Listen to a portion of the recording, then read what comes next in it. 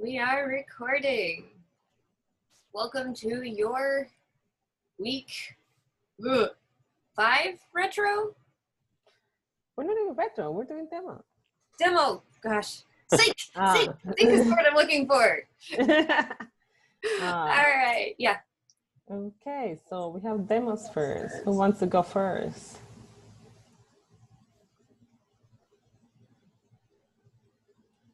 We can go first. Are you cool with that, Audrey? Totally.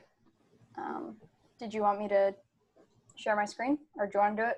Up to you. Do you have the app running if you want to talk to the issue and then like just run through like how the search works? Yeah, totally. Let me just open that, and then I have the issue somewhere. Sorry, friends. 3 seconds. It's the one thing I forgot to do. So our AC was to filter the list based on user input. So we have our gorgeous list and then our lovely search bar. And it filters as you type, and it doesn't matter where in the string the like matching text is. It just filters it. So like whether it's at the beginning or in the middle. That's all lovely. And then we have our clear button, which resets everything. And I believe that's all we did. Yes.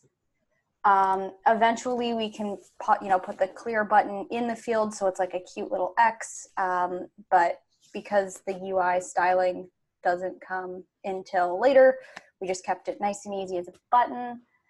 And then I thought I saw an X inside.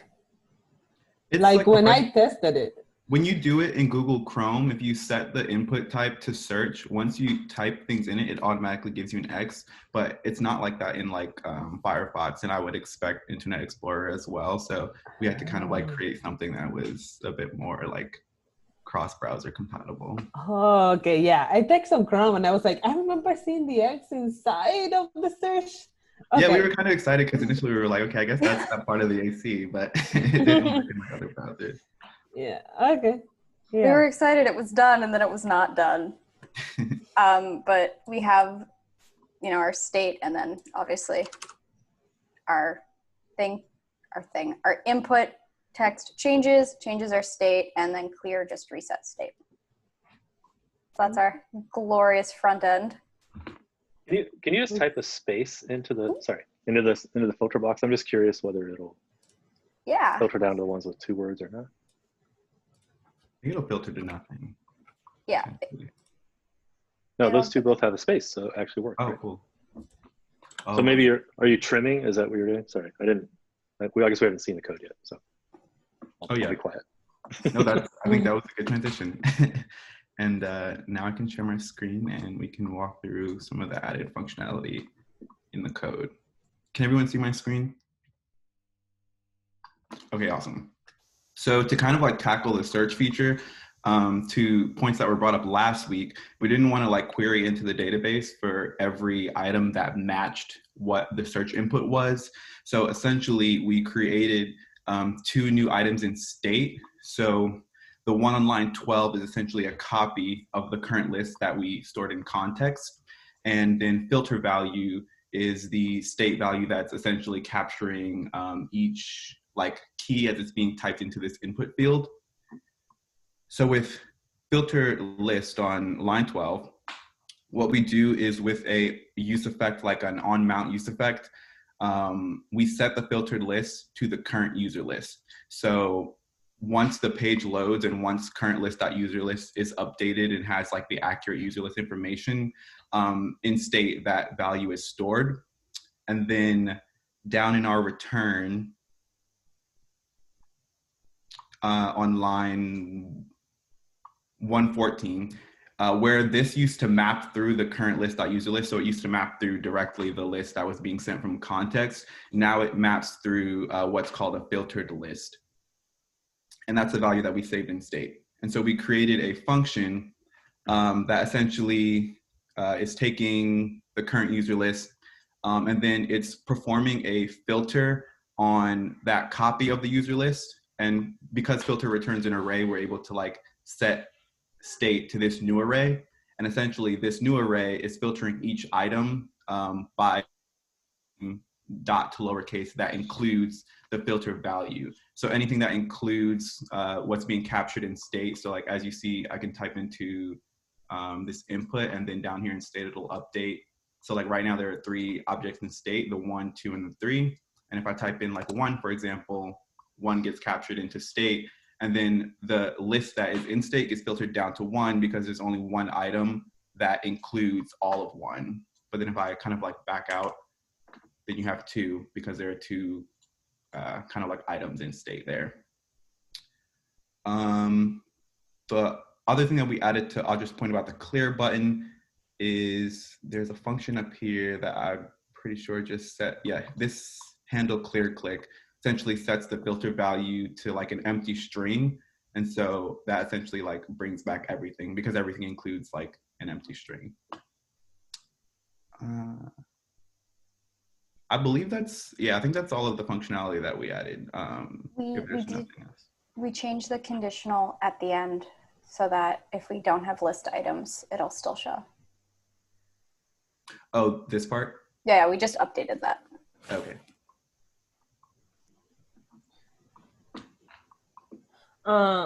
Okay, so like, does that like, it's an empty list kind of thing should show up if there is nothing that matches your search, or if there is no items at all?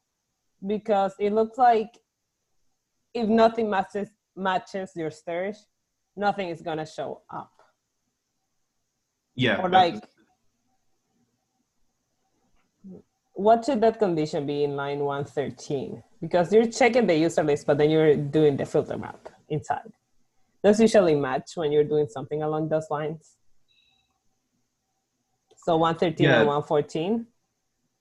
This one, I think this 113 is meant to catch like if the user list like in the database doesn't have anything in it, then it's supposed to show like, oh, add an item. Whereas this copy of it, like if it went down to 0, so like if I filtered it down to like 4, like this would be empty, and then it would, if this 113 was doing the conditional on filtered list, it would show you don't have any items. So I think that's like the discrepancy there. I'm not sure what the best way to, what that might be.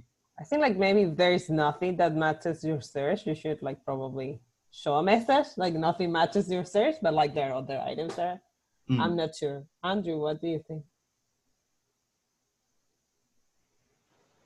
Go ahead. Or I was gonna say it maybe could be something like included in this use effect that if like the returned array is empty, like there's an alert or something gets displayed that says like, you know, there are no items that match your search, or maybe there's like a red like warning or something. Yeah, I mean, you could say, you could have just some text that says no matches or something like that. I think like the user is interacting with the filter, so it's pretty clear what the effect is, you know? So like as they type, the things get narrowed down and then things disappear. So, yeah, I don't know. Yeah, makes sense. So you guys did it as, so you check the list first coming from the DB, and if there's nothing in there, then you display that there's no items registered or listed, add your first item, right? Mm-hmm. And then once you start, so you'll probably need that other check, right? That says if whatever you're searching is not in your list, then, you know, this item is not in your list or located, or probably even the wrong text they're typing in. Mm-hmm. Gotcha. So you would need that second conditional in there where if you don't find anything, then kind of like Andrew said, display like a red error saying, you know, nothing matches, or we can't find anything that matches your search.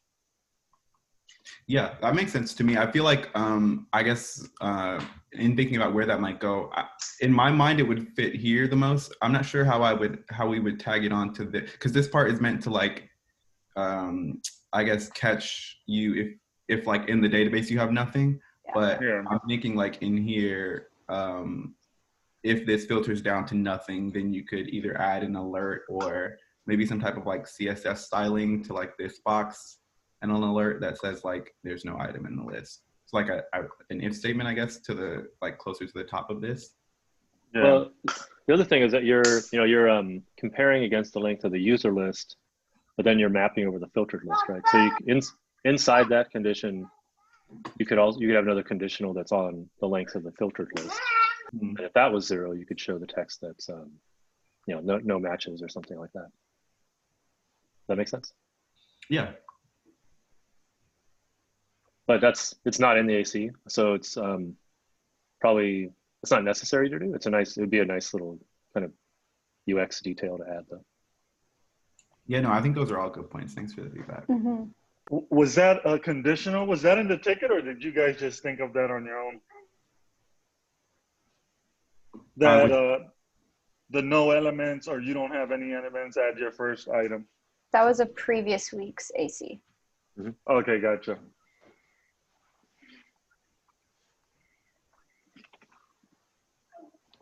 Thank you, Shane and Audra. Yeah.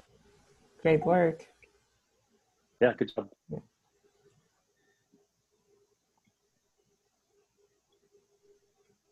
Awesome. Rachel, how's your computer situation? Not good? My computer doesn't work, and I'm on my computer, not my mom's computer, so I can't share anything, but I can talk. No problem. Let me share.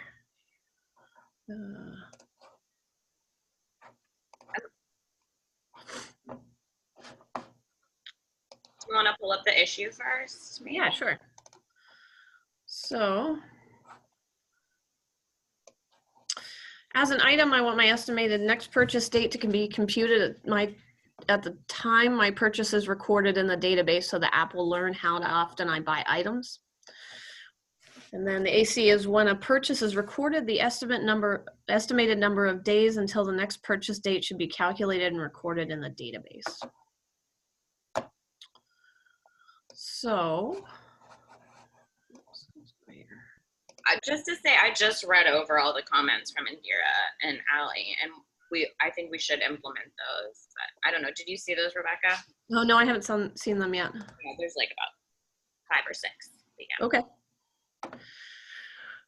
So in the database now, or in our view list component, when we click on an item, what it's doing is it's calculating, it's registering that as a purchase. So it's, and then it's calculating the interval, a new interval between the last time purchased and this purchase date, and averaging it with the previous purchase dates, or the previous intervals to give us a new calculated interval. In the case where we have a new item, let's see. Of course, I picked something. We have a new item. It's set to soon. So if we go to that list now and we select salt here, the calculated interval, because this is the first purchase, defaults to the set that's from the add item. So the soon is 7 days. If we click it again, now there's 2 purchases and it starts, oops.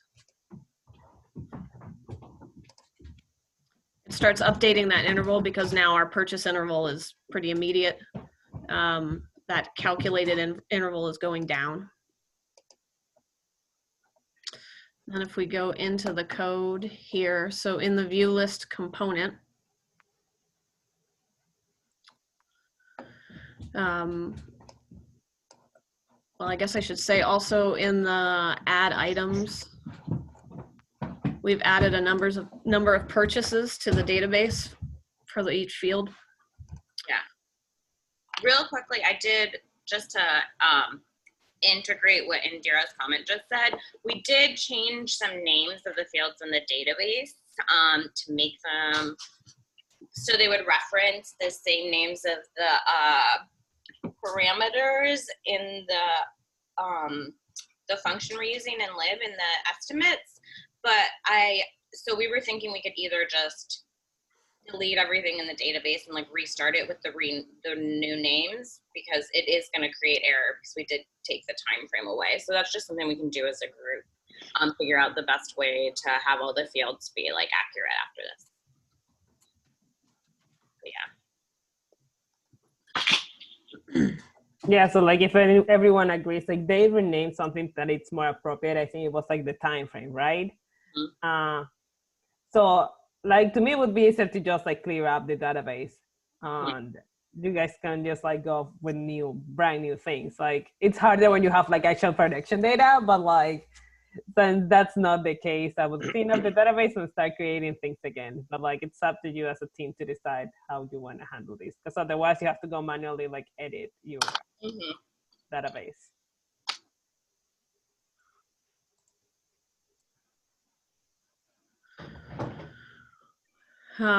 So what we're doing at this point is when you're clicking on an item, it's setting the number of purchases to 1 as a default, just to register that click. Then it's checking to see if the item that's pulled from state has a number of purchases already. The default is set to null, so or to 0. So if that exists, then it's going to set the number of purchases, and it's going to increment the number of purchases. Otherwise, it's going to let the number of purchases be 1. And then it's storing a variable as last estimate, and it's taking in the last estimate or the time frame. And this is to your point where previously the field in the database was stored as time frame, and we updated it to be last estimate, just so that it's consistent with the parameters in the lib file. So this conditional could go away if we've cleaned up the database. So then we have a latest interval and a last purchased. And then if the number of purchases is greater than 2, it's going to take the current item, get the last purchase seconds. So basically it's just pulling what the last purchase date in seconds was from, and then it's going to say take the latest interval, which is the last purchased minus time now minus the last purchased, and then divide it into, so we're converting it here to days. And then the last interval, the latest interval, excuse me, is going to be either time frame or last estimate. Again, this is kind of based on updates to those fields in the database. So then this last estimate is calculating the new estimate from this lib file by taking in the last estimate, the latest interval, and the number of purchases. And then we're just console logging out what that last estimate is. And then you move some stuff. We move some stuff over to context that we can go through. We did decide. So we initially, last week we talked about downloading a time dependency, and we did download day.js at first, but what we realized is like it kind of was the same process as dealing with the JavaScript date object, and because the date object was already it didn't seem to make anything easier, so we just kept it as is and used the JavaScript date object. Yeah, where day.js would be helpful is if you were storing those as, like a string format of like, like some ISO format or whatever. Like there's like the default format. Like if you just typed in, new date into the console, and it gives you, Thursday, November, Sunday, November 8th, whatever, and all that stuff with the UTC offset and everything, it would be able to parse that sort of directly. So you'd be able to work directly with those and compare them. But if you're using timestamps, then you can just, it's just a little bit of math. So. Yeah. So in here, as we're pulling, to avoid the mapping in the view list, we just pushed it into the context as it's mapping through, pulling things from the database. So we're saying that last purchase is equal to doc data last purchased. Is purchased is set to false. So this is the condition of whether or not it's been purchased within the last 24 hours. So we're defaulting it to false. So if last purchased exists, then it's saying is purchased is equal to set purchased of last purchased second. So this function is taking in the last purchased date and functions, and then there's a variable here that's the delta second. So this is calculating 24 hours from 24 hours in seconds, and so it's taking in the time now and converting it to seconds also. And so it's just saying, hey, is time now minus last purchase less than delta seconds? And that's how we're setting this is purchased condition that's then pulled into view list onto this checkbox. So now checked is set to element is purchased.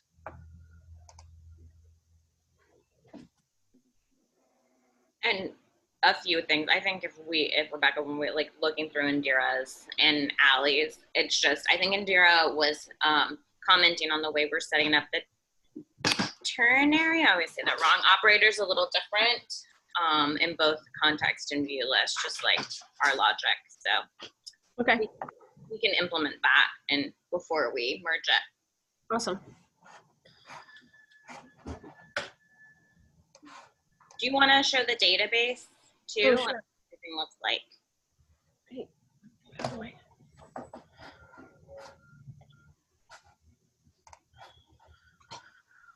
Let's see here.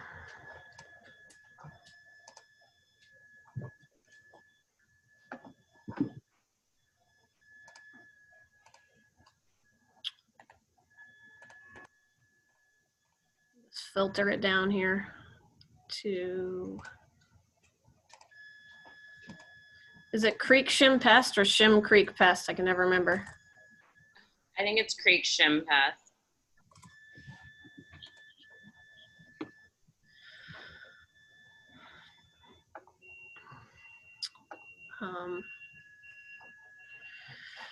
Yeah, so some of these have the default time frame. That's from, these are items that were entered before the newer code. The newer items should have this last estimate field. So that'll replace time frame, the last purchase date, and then the last, the number of purchases that's being stored.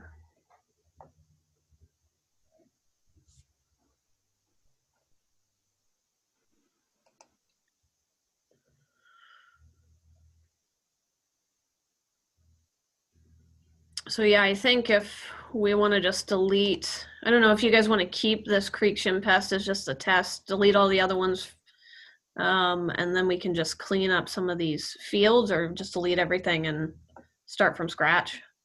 Whatever works better for you guys. Whatever works.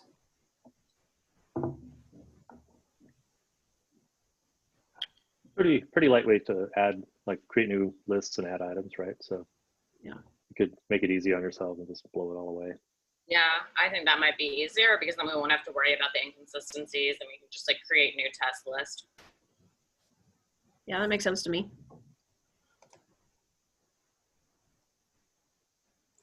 Sounds good. Thank you, everyone. It looks awesome.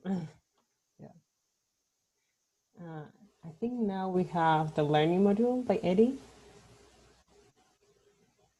You muted. Yep. Okay. All right, yeah, give me 1 second. Let me share my screen. Can you guys hear me fine? Yep. All right.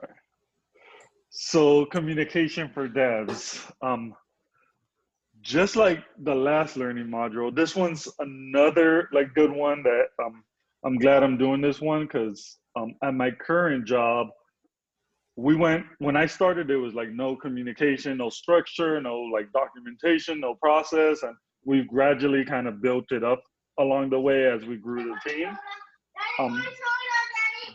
Sorry, that's little Lincoln.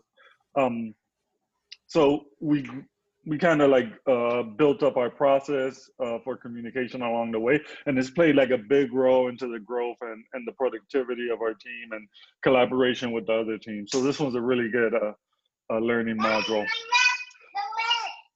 Communication is key. Sorry. Communication is key, and it truly is like, it is like not just they're not just putting the slide up there. It truly is like key. It helps all facets of an organization, going from, you know, junior devs to older devs to management to design team to marketing team to you know, the whole structure of the company. We'll start with the what, and then we'll go into the why, and then we'll go into the how. So we'll start off with documentation. Why? Why do you do it again? It's important. Like I said, it just helps everyone get on the same page. It helps with the collaboration. It helps you as a developer remember writing things you learn, helping you figure out why you did things or why the company does things a different way. Is a great tool for revisiting big decisions. So if you did something in the past or something in your code, or you made a decision for why you were going to do something one way, if you need to go back months later, or you're going over it with another developer, you could go back and kind of revisit what you did, and you'll understand what decision you made on that. It's useful for onboarding new team members, and I have an example of that we kind of use for our new team members that come in. It helps avoid institutional knowledge, which basically means one person holding all the knowledge and not being divided by everyone. And empowers all team members as well. So everybody contributes, everybody learns from it, and everybody adds to it. How? Quick tips, right for the person who knows the least. So new team members coming in, junior devs, anybody that's going to be working, in this case, with your code, who doesn't know the structure, who doesn't know what you did, documentation helps. And then optimize for the person who needs a quick reference, kind of like yourself. If you're working with that code later on, you kind of go back, take a look, and use that as a reference for what you did. And then here are some examples. React Router, which I'm pretty sure you guys have seen, has excellent documentation, gives you this component and kind of breaks it down into the different attributes or programs that go in there. This one's really nice. I also like Laravel. We use Laravel at my job, so their documentation is great. They give you examples. They kind of break everything down, explain everything. Another good one is a project we're using. Let me copy the link actually. Storybook.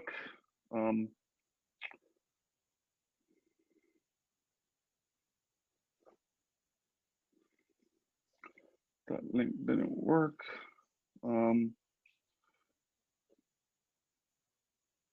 So, and I don't know if you guys ever heard of Storybook, but it's kind of a way for you to, a library for you to help you build your components. And they have really good like documentation and tutorials and introductions to how to get started and install it and stuff like that. So, and I know myself as a developer, I'm always reading documentation. So the easier it is, the well-structured and well-formatted it is, it's easier for me to get started with certain projects or adding certain APIs or integrating plugins or whatever I need to do. And then we'll go back to the presentation here. And another example is, like I said, at where I work, we've been working on documentation. We use Confluence, which is a tool provided by Jira. Everyone has access to it. Everyone contributes to it. Everybody learns from it. It's one single source of truth, and there's no institutional knowledge. Everybody has it. If I get hit by a bus coming into work one day, I'm not the one that holds all the development information. It's found in one location, and anybody could access it at that moment. Going from management, marketing, down to design. And then I'll show you an example of something like that. So this is our Confluence page. And you see we have the different teams. We have design here. We have development. This is overall for the company. We have operations. We have our mobile app. If we go into development, this is our page. And then we have kind of all the tools we're using down here. We have our kind of API docs, our development sprint flow, development setup. This helps.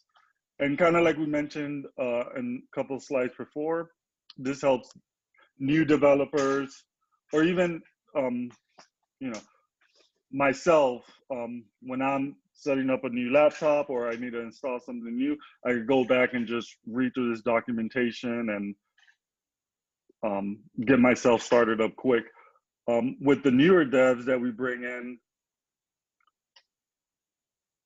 we have our onboarding process. So, and this has been like a living like document. We kind of improve it every time, but there's Victor who just started with us not so long ago, and there's a welcome. There's kind of like helpful resources. We document the whole team. And then we get down to the bottom. We have the different Confluence spaces. We have different kind of lectures for them. And then we have more documentation for them. We also document like certain like processes as well. So if we go here, we see we have a data flow that we're constantly like updating and putting our different processes down from like the front end down to the back end and server and data stuff.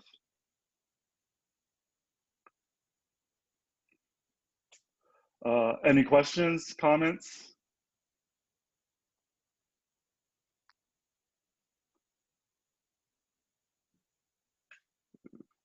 All right. Then we'll go into pull requests. There's another great way to have one question. Sorry to interrupt you. No, go ahead.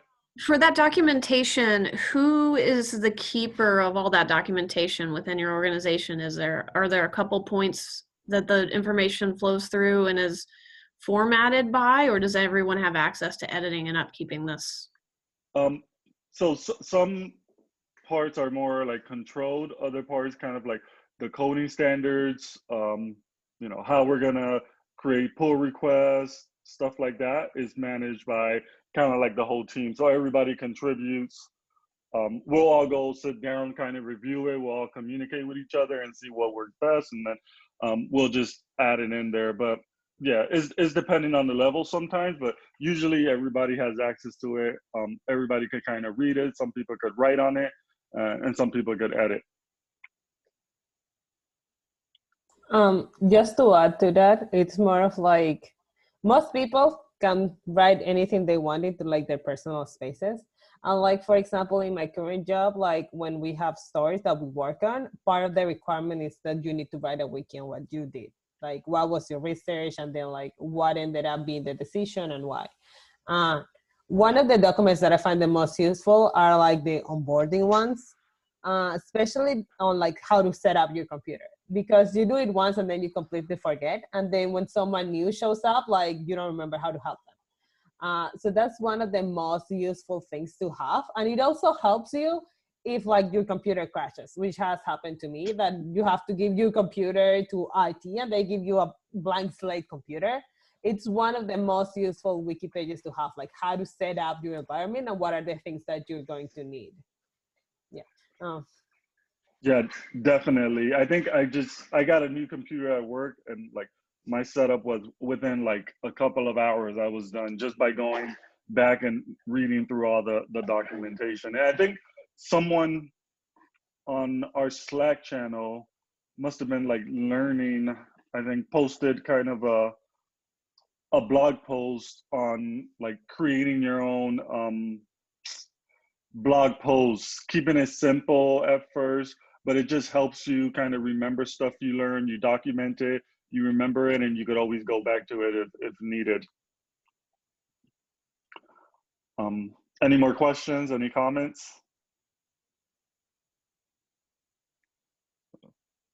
Okay, now we'll go into the next thing, pull request. So this one gives reviewers context on your code.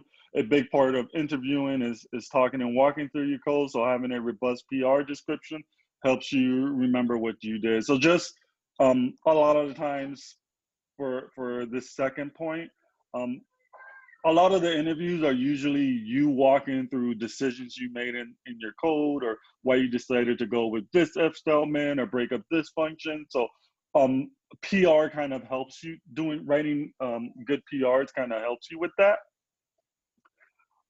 It helps you kind of break down that problem, make sure you did everything you needed to do, make sure you reach your acceptance criteria, make sure you thought about testing.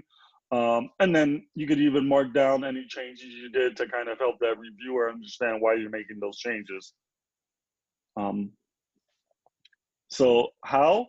A good description, writing down your acceptance criteria, screenshots, GIFs, videos are always awesome. You'll shine with those. Links to resources, permalinks to code you reference. In our case, or in my case, there's some of us do front end and back end development. So we're working with different branches from the back end code and from the front end perspective. So even throwing in, a quick note that says, hey, I did this on the front end, but to get it to work, you also need to pull in these back end changes or these changes to make it work. And then self-review your code before asking others to review it. So this is something I started doing years ago. Before even like turning in my PR to having someone review, I would kind of walk through everything, all the code I was putting, and making sure if I needed a note there, I would put it in as to why I deleted some code or why I changed the name on something. And then I'll show you here a great description of a PR. And I think this one was by Stacy, was it? Where you see the type of change it was, the acceptance criteria, the related issue, a description with information about the database, writing items to the database, the testing steps and QA criteria, and then any to-dos. And then you see a couple of the comments here people are putting. Now, I want to show you a bad example of a PR, which was myself, and I was doing something, and I just made some changes on some membership plans we have. We have a health platform, and this is a note I added, which is completely horrible. And Mario, which was reviewing my code, should have probably stopped me and not approve my PR and probably bash me, but that's a bad example. And then some good examples of PRs are you guys. So I wanted to give you guys, because I'm really impressed with like all the PRs you guys do. So this is one by, I think, Audrey and Rachel. You have your description, persistent links, URL updates you're putting in there, the related issue, your acceptance criteria. And I kind of love this here. It was a new feature. It has update dependencies. So that person reviewing your code kind of knows, even if you go back, because there's been tons of times we go back to a pull request after something breaks and we want to figure out what happened. This is awesome and it helps. And then any updates, screenshots, which are awesome that you guys posted on here. And then testing steps and QA criteria. Another one here by Shane and Rachel, you have your description. I kind of love this. I always try to do this, like differentiate, like kind of like technological terms or anything that's a variable or a function name or something like that. I try to kind of use this styling. Again, you have your acceptance criteria, type of change, any updates, and then your before and after screenshots, which are awesome as well, and your testing steps. We have this one as well. I don't think I could copy it. I probably should have. 23.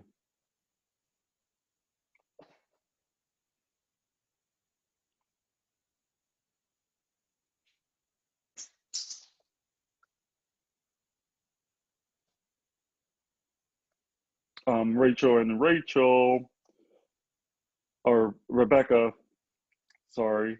You have your description, your related issue, your acceptance criteria.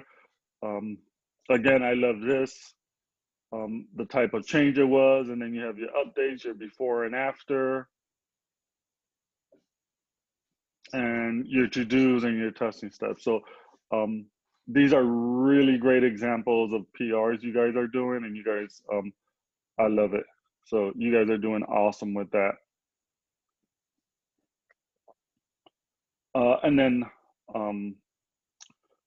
another thing you could do, which I kind of do, and this is in that bad PR I did, or that horrible, but sometimes like I'll come in and I'll kind of like put messages as to why I'm deleting something,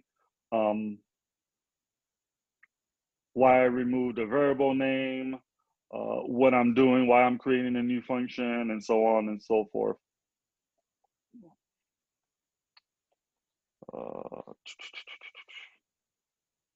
Any questions, comments, concerns? Anybody want to add anything?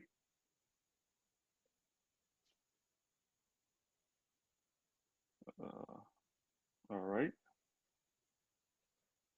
And then comments and codes. Now, this one I was kind of, this one, I'm usually not a big comments and code person. I'm one of those, I don't know, I've read like tons of blog posts, and I even read this book called Clean Code. So I'm usually like, your code has to be like self-documented, and function names have to be descriptive, and variable names and stuff like that. But I found a couple of situations where I was like, maybe we should have put the comments in the code. So why? It gives your team more context while they're actively tracing through your code that you've implemented. Code can sometimes be self-documenting, like I kind of said, but the decision behind the code are not always self-apparent. So how? Focus on why this code was written rather than what the code does. So, and I'll show you a good example of that. And then we have a GitHub link there, but when writing comments, it's not what the code is doing, because you kind of read through that a lot of the times, but why you made the decision to put that code there or make that change does help a lot, especially with new people or you down the line a year from now. Going back to that change will definitely help. And then here's a good example of some comments in code. So it kind of explains a little bit more of what it's doing. So any questions, comments? See, that was a hard one, because in real life and like in actual like projects that you're working on, like I agree with you that the code should be self-documented. Like the only comments I would add are more of like, I would want to delete this, and why would I want to delete this? Something like, what they just shared earlier about the clear button, it only shows up on Chrome, but you need an actual button for other browsers, right? Yeah. So like if you were to test that, you were like, I have this code here because this is only compatible for, like the X only shows up in Chrome. I need a clear button for all the other browsers. That kind of thing is what you would have in real code. But like when you're doing like take-home assessments for like an interview, there you need to add way more comments because you're not gonna have the possibility to talk to the person. So it's how and I think with of preference. But, yeah. Yeah, I agree with that. I think a lot of it has to do, I think all these topics have a lot to do with enabling more asynchronous work patterns too. You know, like you're saying, like Indira, like you wouldn't necessarily have the chance to explain, you know, like point at the code, you know, the person sitting next to you and all that kind of stuff. So by documenting it, by writing it out clearly, like why the decisions were made and things, it allows the team to just work a little more independently. So I'm going to show you another example. This is on a code base I work on. So there's a telehealth status, and by default it's set to 1. So we kind of came across this and we were like, okay, well, what does 1 stand for? So there's possible answers. It could mean true, it could mean active, it could mean the availability of the telehealth. There's several more, you know, different answers. Who knows? It could be the count of the telehealth status. It really doesn't say much. So to improve that, you could do something like this, where 1 equals free pass available, 1 equals free pass activated, and 3 equals free pass expired. So, and there probably could be more, you know, descriptions you could put in there. You could actually put like, okay, I don't know, if you wanted to, telehealth status is the user's status for accessing the telehealth module or what. So, and then probably clean it up, make it look better or something like that. But you know, the name is pretty well, I guess, for our use case, telehealth status. But the actual value going into that isn't that clear. So that's probably another example of a good time comments in code would work out. I love that example, because if I were new on your team, I'd be telehealth status. I have no idea what a 1 means or something. That's another place you could also, another thing, that's kind of a magic number in a way too. So something else you could do there is have a constant that has a more descriptive name that, you know, has the value of 1. Yeah, and go ahead. Okay, sorry. No, you could go ahead. I had to do something pretty similar recently where we were doing like scripts to assign roles to people, and then we needed to basically reference like the number of the role or the ID of the role. And I have numbers 0 to 4 because like the ID is going to be a number and it's going to be +0, +1, +2, +3. And I was like, okay, this is what each of them represent. And here's a wiki page that it's going to point out or like what are the permissions that like people are going to have with each of these roles. So like these like numbers, like, yeah, they don't make sense sometimes, but sometimes you need it because like it's only going to set a number. It may be an ID somewhere inside your database. And these are exactly the type of things where you're going to need more information. Yeah, and like back to the whole documentation stuff. So even as like when we have our developers kind of going through that, in our tickets, our product manager will kind of like put in what the different values are, just in case they're kind of confused, or the newer devs or someone who hasn't worked on this feature of the project, they could go kind of to like the requirements and kind of, I don't think I could find it now, but kind of go in and see. I probably won't be able to find it now. I probably should have got it before last night when I was going through all this. But usually we have it kind of mapped out where it's like, hey, you know, 1 equals this or 2 equals that, and you could kind of go through it and follow the different steps. Maybe I could find the example for you. I should have, sorry folks, I should have probably grabbed this last night. If not, I could probably send it after a good example after. But usually, our product manager will kind of map each status. That way, in case you're in the code and you don't know what it means, you could just go to that page, wiki page, or Confluence page, and just go from there. Any other questions, comments, concerns? All right. And then brainstorm. I guess we could talk about any experiences you have with any documentation. Any documentation, PR descriptions, code comments, etc. What has it been like?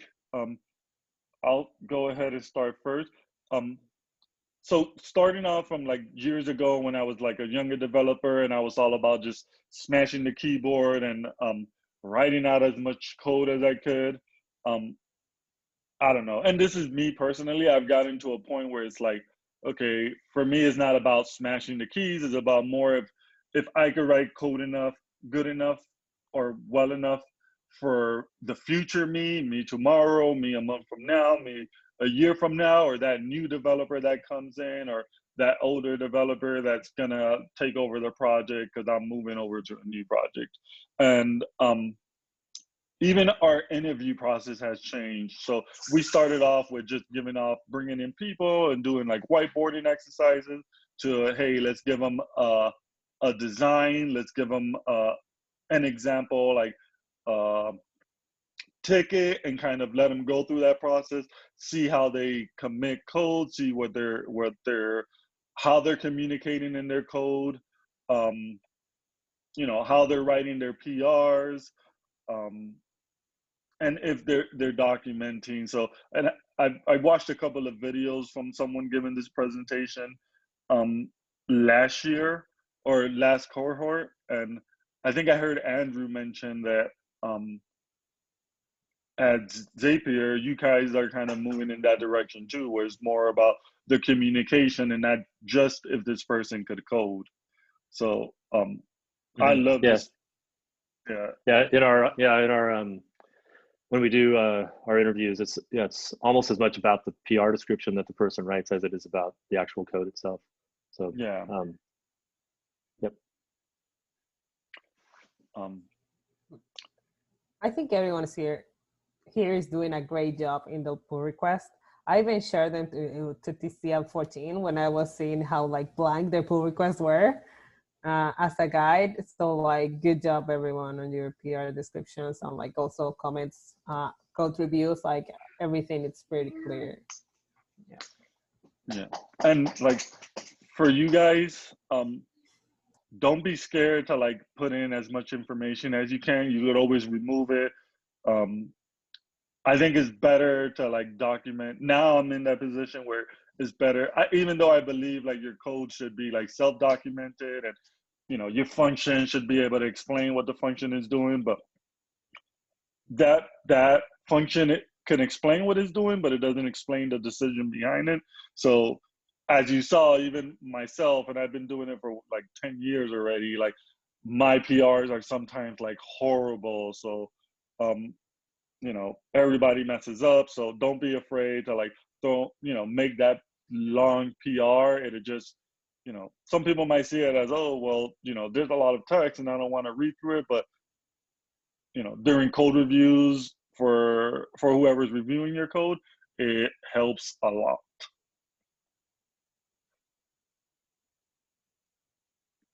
Yeah, so it also helps get your pull request like up in like their list of things to do, as opposed to like, this is gonna take me too much time, I'm gonna like delay. Like a good pull request description makes you like wanna go and look at it immediately. Yep. Awesome. Were there Nice job, Eddie. Yeah, thanks, Addie. Were there any other questions or anything, anybody? I'm gonna need to drop for the next meeting, but nice job both on the demos and everything this week, and the presentation, Eddie. So thanks. We'll see you guys later. Hey, Andrew. Bye. All right. That makes it time for Next week's issues. Are we excited? Sorry, I'm trying to find my. There it is. Okay. All right. Can you see my screen? Yes.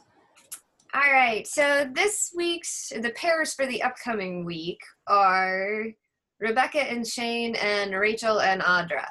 Does that sound right? Yes. Awesome.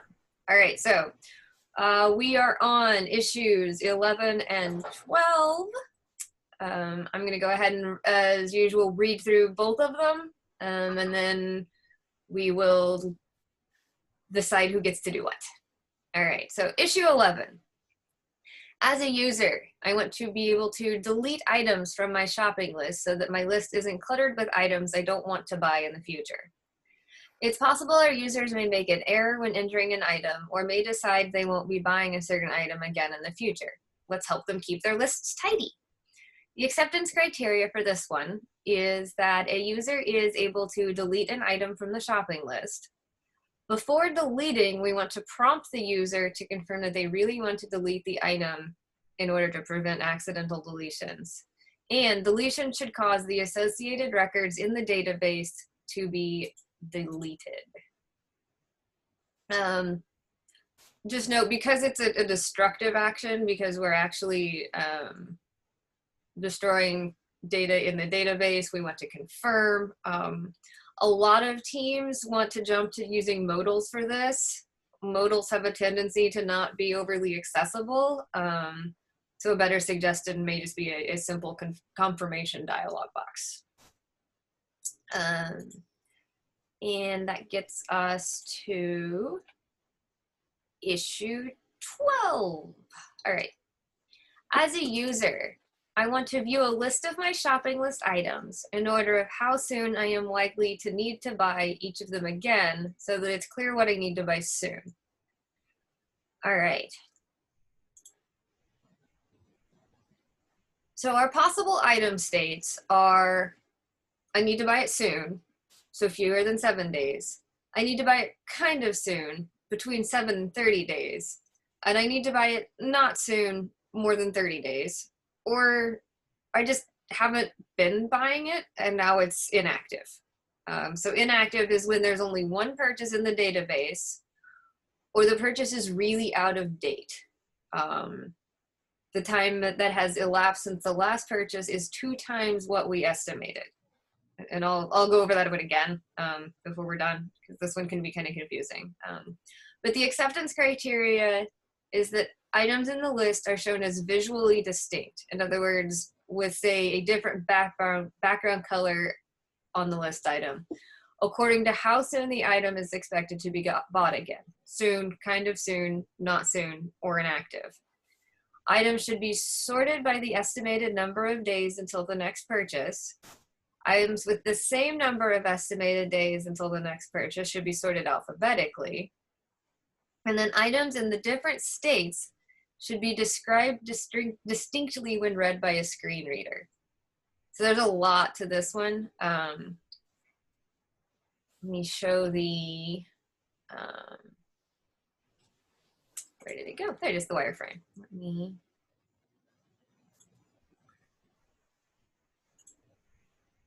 okay.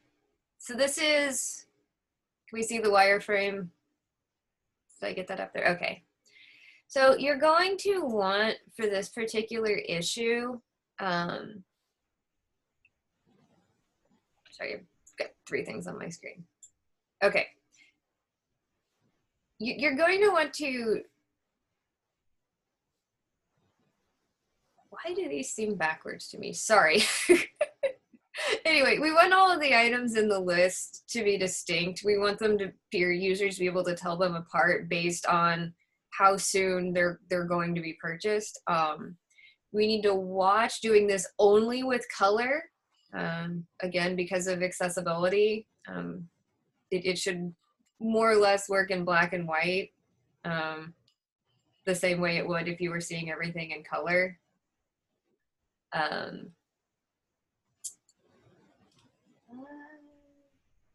Sorry, okay, sorry, yeah. On the delete issue, again, hitting delete should pop up a dialog. And then you're going to need ARIA labels in each of the list items to help denote when the user will need to buy the item, in addition to the visual indicator. I'm going through my notes to make sure I've covered everything. Do we have any questions? I would be surprised if we didn't.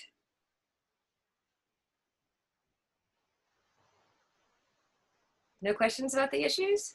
I think they make sense. Okay, cool. Let me.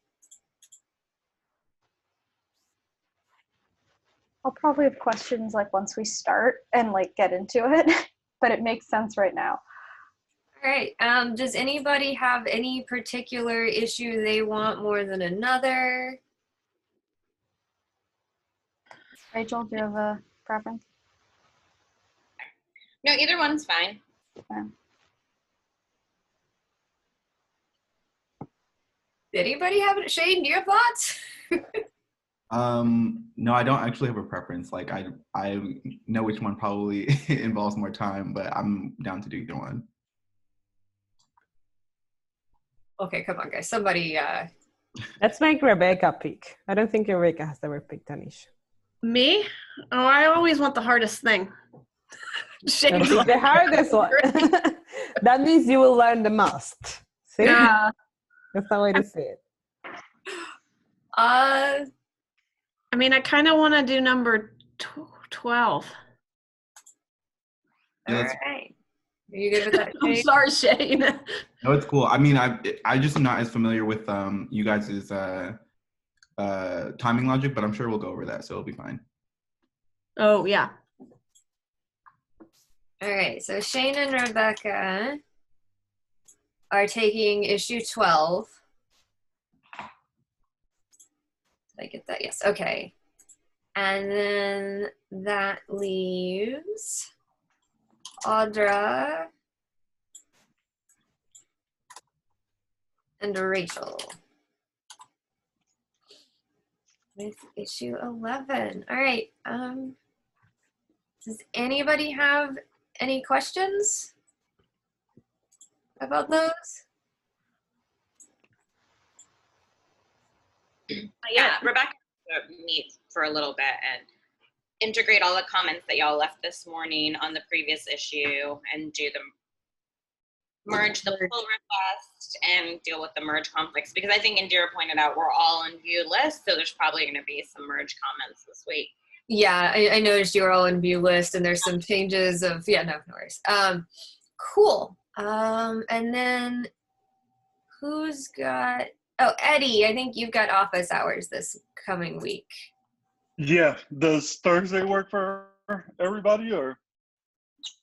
Yep, I'm seeing lots of head nods. Yes. Shane, are you good with Thursday? I think he's checking. Sorry, I'm just checking really quickly. Yep. Okay, it's on my calendar. I think Thursday's fine. I took a shift for something that's like a really late night. I think it was Wednesday. I just need to find the email. I mean, if anything, we could, if you want to like set it up for like Wednesday or Friday, just put it in the chat and then everybody could chime in. What time works best for everybody? I'm Eastern time, so I don't know. Like 8 Eastern time is good for me if Rebecca's at work by 5. Yeah, that usually works well for me. I'm out of work at 5. Okay, then it looks like we'll just assume Thursday at 5 Pacific, 8 Eastern. Yep. Okay, Shane, if you realize that doesn't work, just pop into chat, say something. Okay, yeah. Cool. I expect there to possibly, especially with the list display, for there to be questions. So by all means, hop in, ask questions if you've got them. And unless somebody's got anything else, anybody? Awesome job this week, as always. Everybody have a good and hopefully vaguely less eventful week this week than the last week has been. Maybe my computer will work now. I need a new computer. My computer like doesn't work anymore. But my mom's lent me hers. I just have to download everything on it. I was like reluctant, but I have to like download GNOME and NPM and all that. All right, well, good luck. All right, well, everybody have a good week. We'll, of course, be around in chat, and I will get these videos. I think I have the last 3 weeks to upload. I will get them uploaded to YouTube hopefully today. Have a lovely week, and we'll see you later. Bye, friends. All right, everyone. Bye. Bye.